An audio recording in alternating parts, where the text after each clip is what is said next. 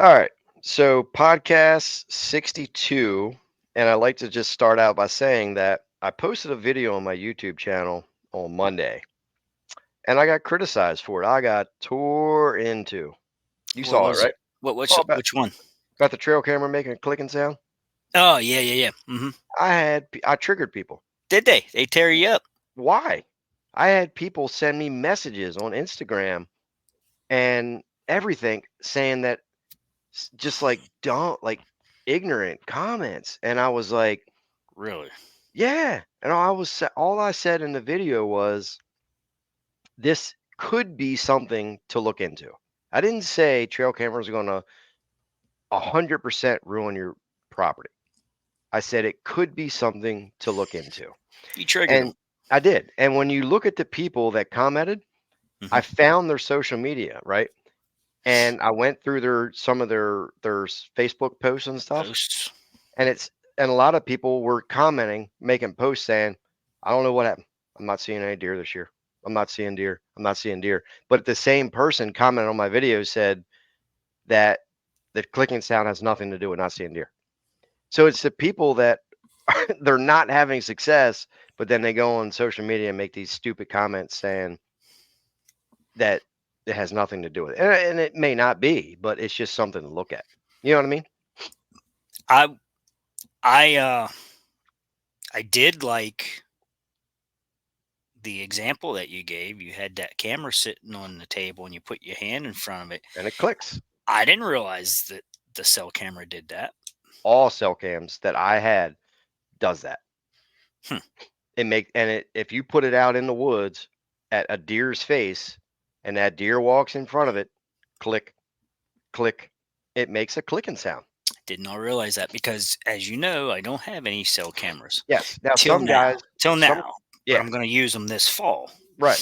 And some guys were saying that regular cameras do that. Now I have a lot of regular non-cell cameras and I've never heard them click. The only one I've ever had that did that was an older style Moultrie, Mm, and you could hear the lens click. yeah. All it is when it's transitioning from like a darker environment from a lighting environment, I believe, you can physically see the lens Oh yeah, flicker. It flicks in front of it. this one does. Yep. Yeah. So Yeah, all I I'm yeah. so glad they made better cameras though, because that was one of my worst experiences. I bought this camera. I bought two cameras when I first got into putting cameras on. One was one of those Primos 35s or whatever. And that was like the best camera I ever had, but it didn't last a whole long time. Mhm, It lasted a couple years. And then right. this Moultrie, it was so dumb. It took C batteries I and had one before, yeah. it had the lens that flicked and clicked and Mhm, it was horrible. yeah. Yeah, but Horrible. these cell cams, I mean, they majority of them click. They make a clicking sound, and is it going to alert deer? Well, it's a Could possibility. I mean, is it they gonna hear a twig snap, right, they're you know. especially if they hear that clicking sound and then they see your camera right there on the tree, it just I didn't say it was 100% going to real. I just said, Hey, but how pay many it times have you snapped your release on a string and it clicked? right. Exactly. Or you pulled back Right. and it clicked back here Yeah. somewhere. Or how about when you draw your bow and your elbow cracks? Mine does Mhm. it all the time. I pull back and it's like, And they hear it. and they hear that and they like stop and throw to attention, Yeah, it's you know. just, people on the internet are funny, but I had some of I the people I just blocked. I just banned because they were I like, didn't even see all that. yeah, they're like, this dude's an idiot. Blah. I'm like, what? I'm like, this is crazy.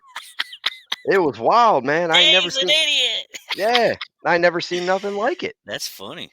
Yeah, I mean, but the 90% of it was positive, and Hmm. then there was the 10. I had a lot of comments, but I had people message me on Instagram like, "You're Yeah, so wrong. I have trail cameras out. It doesn't alert my deer." And then you look at their Facebook posts, and they have spikes and four pointers picked that they're shooting. Well, mm, that's fine, but I'm referring to mature deer. Mature bucks are way different than I mean, how many times do you go to the woods and you can shoot a four pointer almost every time? yeah. But how many times can you go to the woods and shoot a 140-inch 10-pointer. Not very often. It's just they're different animals. But yeah, I just thought I'd share that I triggered a bunch of people. We need to do a podcast on cell cameras and cameras anyhow at some point. I think we did last year on season 1. I think we did too, but I don't know how deep we went with it. Well, now that you have cell cams and we set them up in May, maybe after we get them set up and you get, a couple months under your belt with cell cams, we'll do Yeah, a I'll have to podcast. get comfortable and we'll do a recap Yep. and tell 'em my experience with it Hey, we can do that. Well, why don't you tell everybody what we're because talking about I'm on, so clueless on that stuff.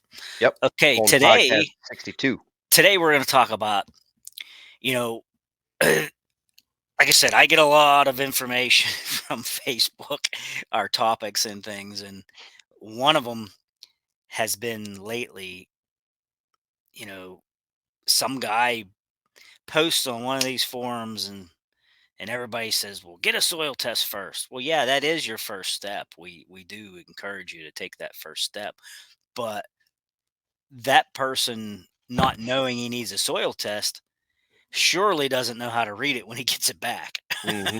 So today we're going to talk about, you know, how you attempt to read your soil test when you get it back. Yep. You know, what some things to look for, uh, some highlights, and then we'll transition into a talking later into some soil prep and how to amend the soil and your plots. We'll dive into your fertilizer application, your lime application, And how how if to do it, you're when to do it. yeah, if you're frost seeding or if you're disking or Yeah. whatever, we'll get Yeah. into it. Why don't you start out with because you just had some soil samples, and Yes, so you have them with you? not on me, but Okay. they're Let's upstairs. okay.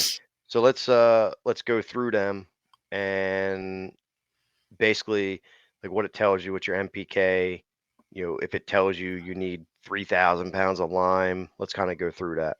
Okay. So do you want me to get some physically No, to just look talk at? about Oh, it. just No, talk just about. yeah, Okay. just talk.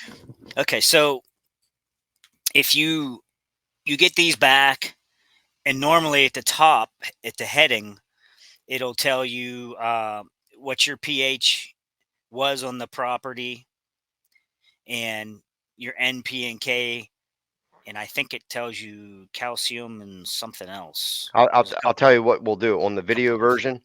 I'll post up a screenshot of a soil sample and I'll put it Mhm. on the screen for the people watching. For the people Okay. listening, you'll just have to decipher it. Yeah, yeah, they have an NP and K and a magnesium and sometimes a calcium. But anyhow, it and on the ones I get, it's from Penn State, and they show a bar. You know, they show a bar going from low uh, into average and above average or something Optimal, like that, optimal. optimal, and there'll be a bar that goes across the screen into these boxes and shows you what level you're at. So it is a visual for, I mean, because a lot of guys, like I said, a lot of guys don't, this might be their first time doing that, and they're not going to know how to read it. So that visual of the bar going through the boxes, that's a good thing, I think. You can actually visually look at it and say, "Oh yeah, I am low in that," or I'm in the normal range, or "Oh, geez, that's high." So Well, I think I mean, obviously you want all your levels to be optimal. That's the goal. yes, There's ways to get there, and I think we've done that many times on how to get there. But I think the confusion comes in. One is uh, how much lime to add, because some people freak out when it says they need 3 or 4,000 pounds of lime. So let's right, start with that. yeah. So right under all those ranges, they drop down to the next paragraph and they tell you the recommendations. And usually it's a recommendation for lime, or under that, if you need lime, it'll tell you a recommendation. And under that, it'll tell you recommendation for fertilizers. Mhm. And so, like, if you need lime and it tells you so many hundreds of pounds or thousands of pounds you need per, it's in per acre Yeah, is per what it's acre. going to tell you. So you got to do the Now, math on it. you're going to have to do the math. You're going to send, because when you sent your soil sample in, they asked for the approximate size of the plot that you was going to install. So hopefully you gave them the correct number, be it 1 acre, 3/4, half, what it is. And you take that recommendation and you do the math. So if it's a half acre, they give you, let's say, 2,000 pounds per acre. And you said you was only doing a half acre. Well, half of 2,000 would be 1,000. So you need 1,000 pounds of lime for your plot. Mhm. Okay. So, I mean, there's a little bit of math involved, but you don't have, it's a low, you don't have to be a math scholar to figure this stuff out. So So you so get, starting with the lime, let's say you have an acre and it tells you need 2,000 pounds of lime. okay. How do you apply it and what type of lime? Okay. How do you apply it? Now, that depends on what property you have. If you have access to get a truck in there and you can get an ag truck in there that'll haul it in bulk, get ag lime and have them spread it, that would be awesome. If not, you're gonna That probably would be be your most ideal for thing to do. sure, for sure. And that's a long-term fix too. I Yeah, mean, ag lime is the good stuff. right. If not, you're going to be like 90% of the food plotters out there. So don't feel like you're Yeah, slighted here. that's what I was getting at. 90% of the guys are using Pell lime, Mhm. and that comes in usually 40 or 50-pound bags. Okay. So you're gonna have to buy pallets and pallets full of this stuff if you really need a lot of it, which is Mhm. quite costly actually.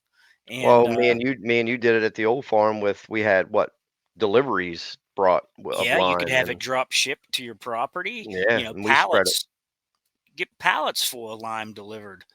But Yep. like I said, it is more costly than ag lime, so that is the optimal thing if you can get a truck delivered. But it And probably is it's one of the most important things you can do for your food plot is lime. sure, sure it is, sure So it is, it's worth the and investment. I would say it's most cost effective. Let's put it that way too, Mhm. because your fertilizer is going to be more expensive. Yeah. But you can get away with having a uh, a pretty good pH and it drawing out the nutrients from the ground. You can get away with that a lot easier than if you don't lime and you add fertilizer just blindly, like a lot of these labels tell you to do on the seed Mhm. label. They'll tell you if you didn't do a test, throw this much fertilizer out. I wish Uh, all seed companies would eliminate that label and well, they say, don't "Oh, even talk about lime. They just I know, talk about throwing fertilizer fertilizer." down. I wish they would get rid of that and say, "Get a soil sample." Yeah, no doubt. I mean, seriously, they don't even tell you about No, they don't. amending with lime. Mm-mm. So from the get go, you have no idea what your pH is, and they're telling you to throw fertilizer at it. So Right. now you're just throwing money in the dirt, literally, and walking away, Mhm. and you won't even need it.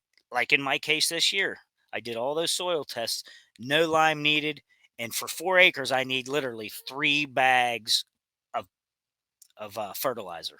Right. Three Yeah. bags. That's it. So if I took their recommendation, which is usually 300 pounds of triple 19, you know, is usually what you see on these seed tags. Yeah. Uh, 200-300 pounds. yeah, look at the money I would have wasted. That's a You lot know. of money. So anyhow, yeah, you're gonna take their recommendations. You're gonna get the lime, because the lime is the key factor. If you don't have the right pH, like I'm trying to say, throwing fertilizer at it is not. You have to have the pH correct for it to be able to use the fertilization. And the fact is, the more fertilizer you add, the lower your pH is going to be because it drops pH. True, because there's so many Salts and fillers. fillers in it. Yeah, mainly salt. It's Yeah. just fillers that lowers your pH. So Yep. usually, usually if I'm adding fertilizer, I'll add like for every 3 bags of fertilizer, I'll add 1 bag of lime. it offsets the drop in pH. Hmm. So that's just something for. I don't want to. We don't want to confuse people, but No. fertilizer, synthetic fertilizer, does lower your pH. So that's why lime is so important. Hmm. Why don't you jump into now? Let's say somebody needs 2,000 to 3,000 pounds of lime Hmm. um, on their 1 acre food plot. Should they add it all at once? Well, when you go to the bottom, and it's on the bottom of my test anyhow, when I got my readout back from Penn State, when you drop to the bottom boxes, there's some boxes along the bottom of the page, and Hmm. one of them's called CEC, and that's cation exchange. And when you talk about cation exchange, it it is the amount of uh, nutrient holding capacity that your soil has.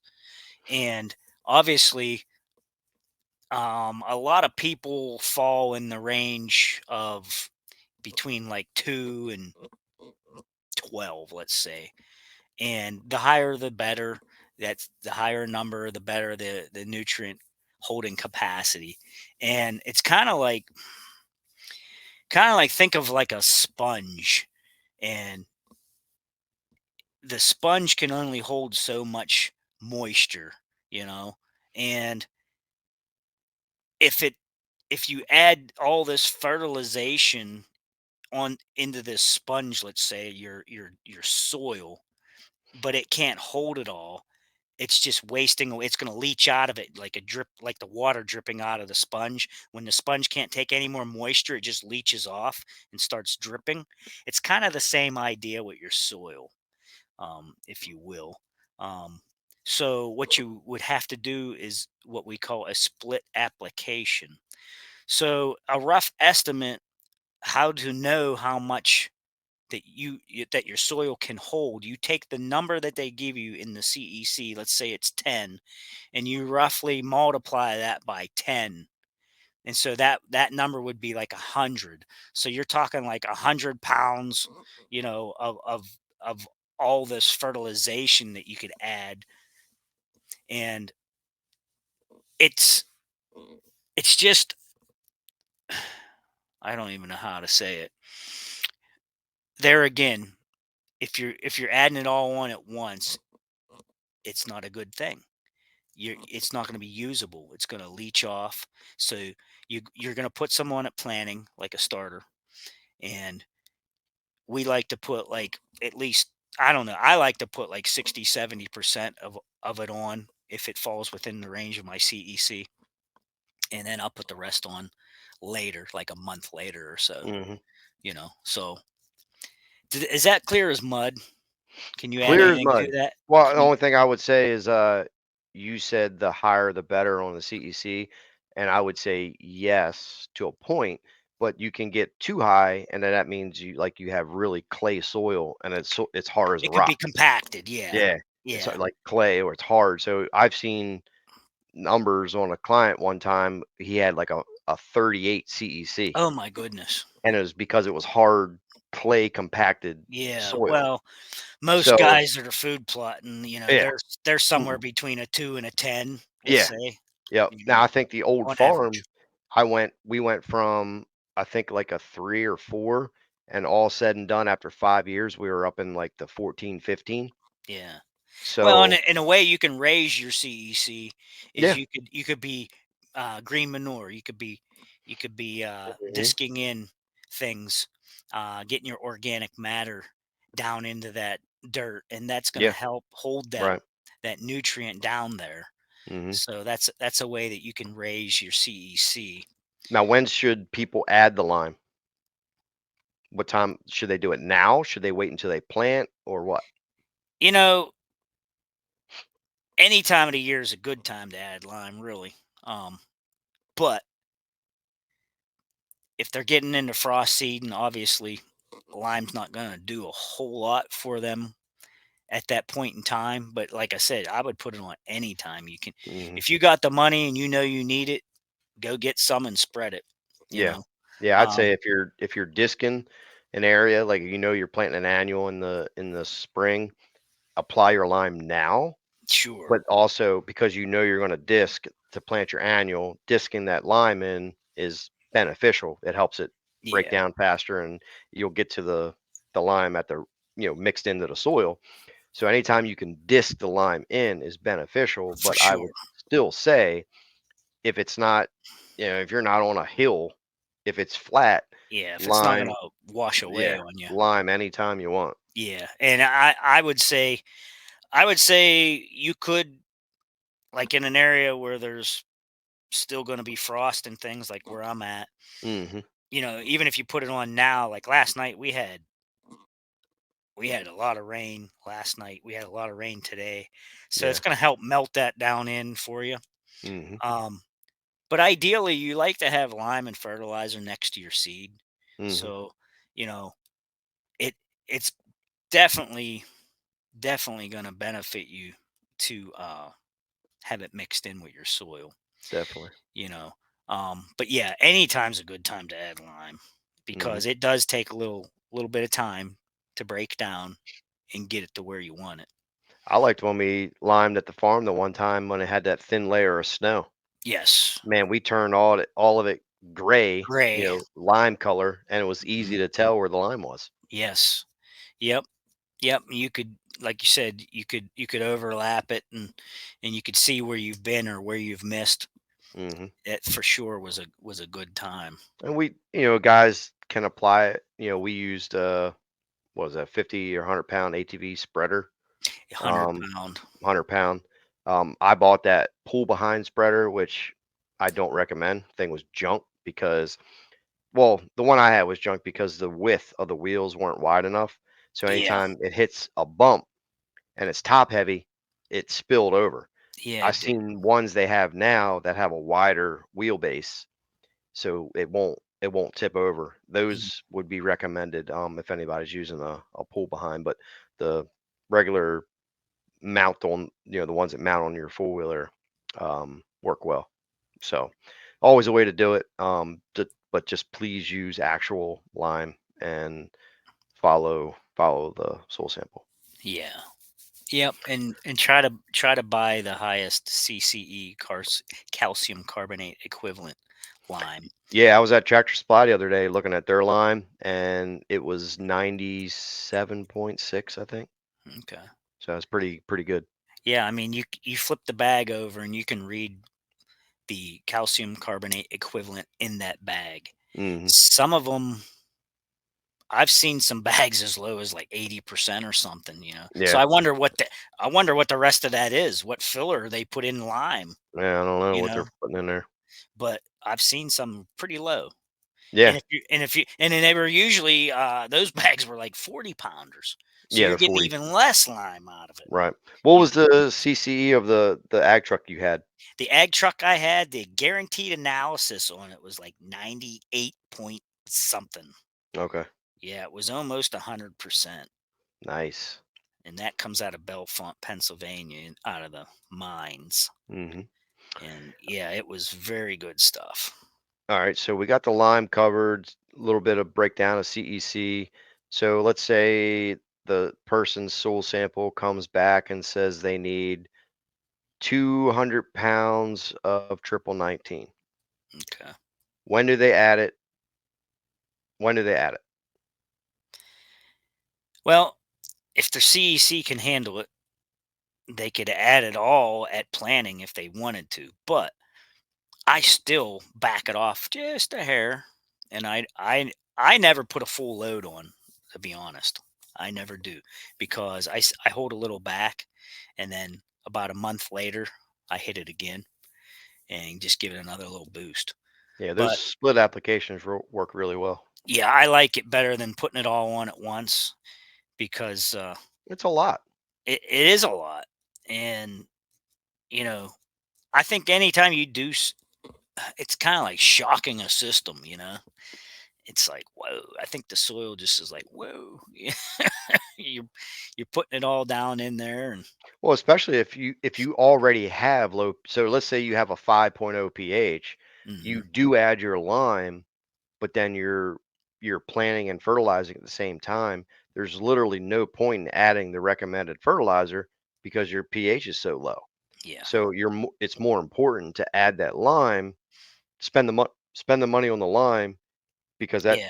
takes time to react. So it's going to take a Right. good 6 months to a year for that Hmm. pH to gradually build up. Once the pH gets up, then you can start spending your money on the adequate amount of fertilizer you need. Right. That's a good point. Um, because like you said, you're waiting for that to react. Hmm. And that's another reason why I never used to add it all at one time. Now, this year though, all my everything's spot on and I don't need that much anyhow, so I am going to put it all on at once, Hmm. you know. Well, let's talk about real quick how you got there and how you get to that point of not needing much, because me and you started at the old farm making videos, um, and we walked people through 4 years of progress. And each year I did a soil sample. We started out, there was zero nutrients in that soil, in that fields, Yeah, nothing. I that was mean, fallow ground for a long time. fallow ground. I'm talking about the big field. Yes. um the organic matter was low. It was down like the twos. CEC was low. All the nutrients were in poor. But Yeah. after 4 years, we got to a point of, we took a soil sample. Everything's optimal. Hmm. pH is optimal, like 6.8. I think we got it up to. Nutrients were sky high. Organic matters were up in the 8s to 12s. I mean, that's hard to get. CECs were up there. Now, we worked on it for 4 years, but if you follow that soul sample, the whole idea is to get to that point It got better every of, year. yep, get better every year. But the end goal is to get to a point where, okay, now we're just throwing a maintenance Yes. dose at it just to maintain those levels. We're Yeah. not adding enough to bring the levels up. We're adding to maintain. And what's the reason behind that? Well, you save money. Yeah, look at this year. I like I said, I'm going to be planting over 4 acres. Right. Over little over 4 acres. I need 0 lime and I literally need 3 bags of fertilizer. So So I you're might gonna spend it what, might $50, $60? 50, $60, Right. you know. Oh, out of 4 acres. And That's you get pretty to that ideal. point, yeah, and you got to that point, and now you can sit back and just throw a little maintenance at it, save Yep, money, and you're not spending all that money. Um, right. and that's the Now goal. I paid a little bit up front, like I said, you know, when I first went in, there was cost involved with some spray. We Lime. had to kill it all down, and then I got a lime truck in there. That was hundreds of dollars. And in between the lime trucks, we was throwing a couple pallets of lime out of here and there. Um, but like you said, I like to keep, and that's one of my mottos, something 365. I like something planted all year. And then, a lot of people don't want to be bothered with spring and summer, and they just want to let their ground be fallow till fall. But what they don't realize is having something green in there and being able to till that back in is just adding that much more nutrient and green manure to the dirt. And that's like free fertilizer. Like that's eliminating hundreds of pounds of fertilizer that you would have to buy because it's going back in and decaying and feeding. Yep, yep.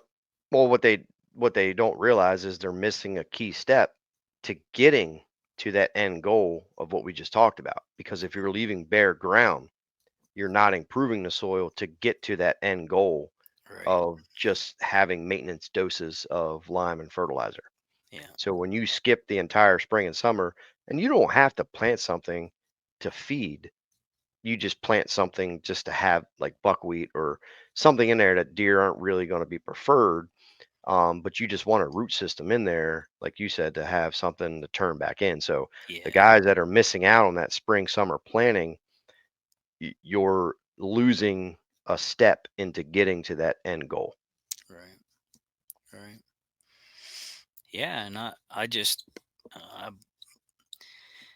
keep working at it and it just Yep. improves every year as Hmm. long as you don't let something severely slip into the unoptimal range, Right. you know. Yeah. because Yeah. then Just you gotta really dose it up with synthetic, and it's full of junk, mhm. and Well, you I got to soul sample each year. You yeah, know. that's key. You got to keep an eye on it. Yep. I mean, even Penn State says, "Oh, you don't need to soil sample every year. You can do it every third year." That's crazy. That is crazy. I wanna see what it's doing every year. It changes. It It will changes change. every year. It will change. It's going to be different every year until you get to a point to where the soil's holding. You have organic matter in there. You have your good CEC, and it's holding. Then you could say, okay, well, I'll do it every 2 years, but I like to do it every year just because it's cheap and it's fun. It's fun to see. It's Yeah. fun to see your progress. Yep. Yep. Um, So we so better do some soil prep. yeah, so soil samples, we broke that down. Anybody has questions, let us know. But soil prep. So let's just keep it simple. If and say that if you're going into the spring and you're planting an annual buckwheat, soybeans, um, you could even do annual clovers or uh, iron clay cow, whatever it is. How do you prep that? How do you get to the point of putting seed down? Let's start with that. Well, when I obviously we talked earlier in another podcast that you have to wait till soil temperatures around, no less than 50 overnight. Hey, that was You podcast 61. Okay.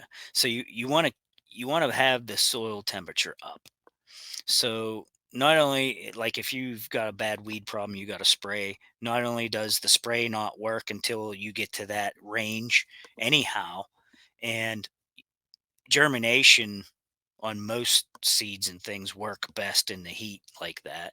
Hmm. Um, of course, I mean you've got your winter wheat and your winter rye and things that germinate down as low as like 37 degrees or something like that. But I mean, the stuff that you're going to be putting in for spring and summer, you need to wait, be patient, get that soil temperature up, not air temperature, soil temperature, and then I'm going to go in and I'm going to work ever so slightly on the dirt.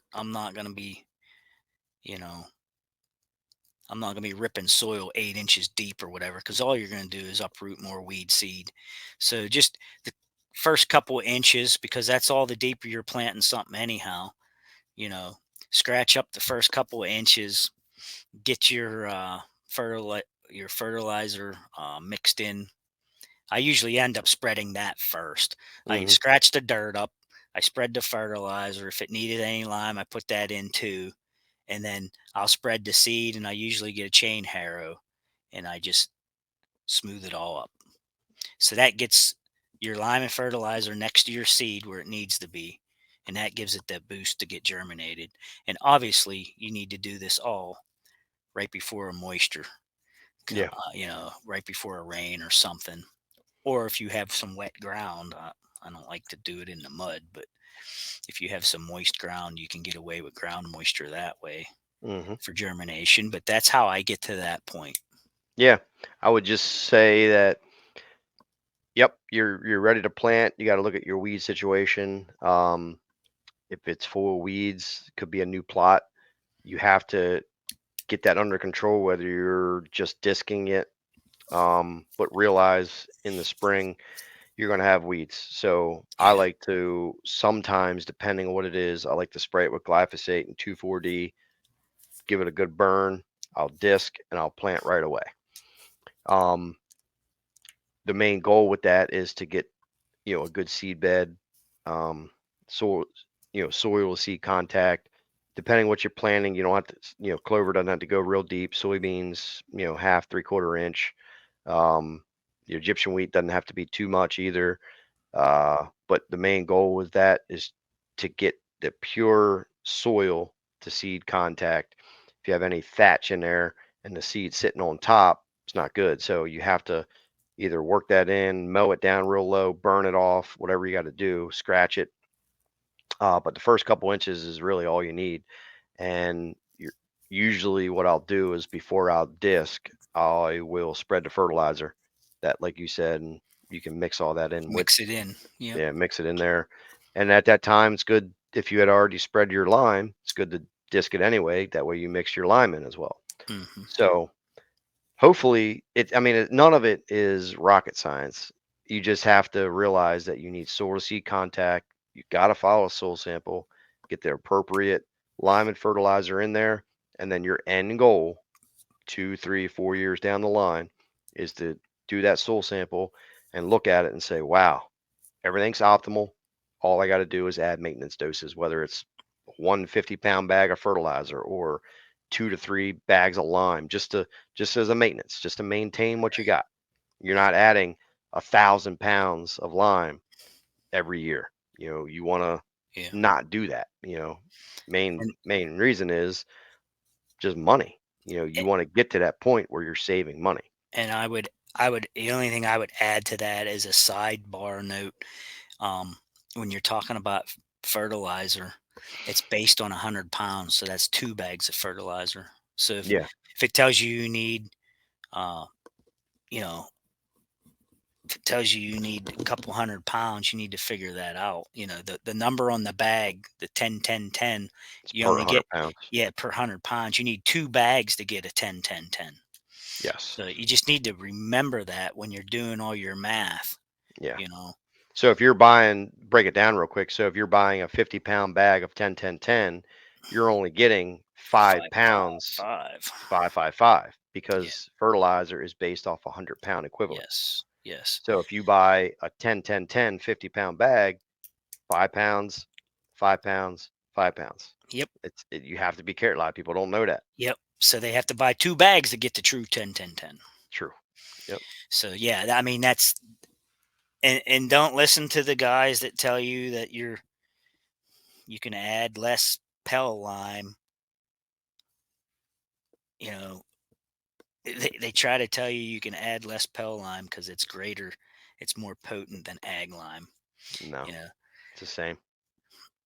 as long You as just, as long as the CCEs are both really close, like yeah. we were talking earlier, eh, you're good. Yep. Get pound Guess for what? pound. Guess what you just did? You just Hmm, triggered somebody. I probably did. I You probably triggered did. them. Maybe they'll attack you instead of me this time. Yeah, maybe I'll get the hate mail this time. But that is a scientific. That isn't me saying it. That is science telling me that. Well, you know what else science says? Science says when a cell can goes off, it makes a clicking sound. When I can hear it, science can prove it. Yeah. Like I said, when you waved your hand in front of that camera and it clicked, I was Click. like, "What the? I didn't realize they did that." True facts. They Yep, all do it. yep. So don't get mad at us. There is a little science behind it. It's not rocket science, but I mean, you do have. There's a few tricks and things you got to Yeah. know. There's always tricks in it. And like I said, with all this stuff, getting to that end goal, tons of videos on Chris's channel, tons of videos on my channel. Like, we've been over this dozens of time. We actually have a video. I think it's called "How to Create the Perfect Food Plot," which was an old virtual seminar Yeah, that we made the video for, which actually never happened. But that that was for video, COVID, right? yeah, that was when COVID happened. They wanted us to do a virtual seminar. So we made this like 35-minute long video or whatever, Yep. but that breaks down each category of what we just talked about, just Mm, a more in-depth yeah, version of it. So yeah. that's out there too. You can search and check out. And like I said, I know this was all as clear as mud, but to try to fit this all in a half-hour podcast, and explain it, it's like I said, each individual piece of the puzzle here, you have to add them all up to get a Yeah. puzzle. I think You the know, main thing, they need to watch that video if they have more questions. I mean, right? we have shorter videos, but Yeah, I actually I broke down some of those things in smaller videos on the channel. yeah, so they're out there. Understanding CEC, understanding base saturation, and stuff like that on my channel. They don't get many views, but somebody's watching them and gathering some golden nuggets out of there, because it is hard to understand if no one teaches you. Well, like, I've done soul sample videos on my channel, and they do the poorest out of any They video do, because they it's a do. boring topic. It is, Nobody wants to hear it it is. because But they're people don't. also the guys that have crappy plots every year, Yes, correct. you know. Yeah. Again, it's something to look at. Make sure you're following it. It's one of the most avoided things in food plot is soil sand. Yeah, Nobody wants to do it, it's but hard to elaborate on something, yeah. so go and check out some other videos, Hmm. and they'll be explained better on there. Yep. Sounds good. So that's 62, guys. 62. We will 6-2. see you on the next one. Later. Gator.